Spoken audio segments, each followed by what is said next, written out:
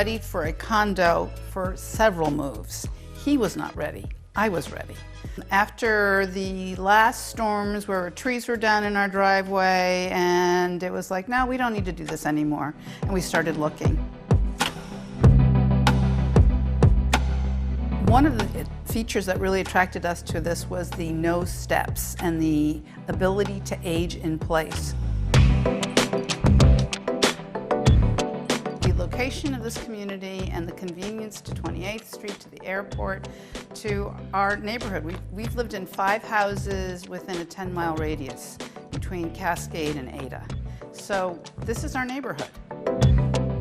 Even though we don't have a lot of property, we're all very private. I mean, we don't look in on anybody, and neither do the other houses. I think what we'd say to someone who's thinking about this move is, do it. Do it. I think you'll be really happy.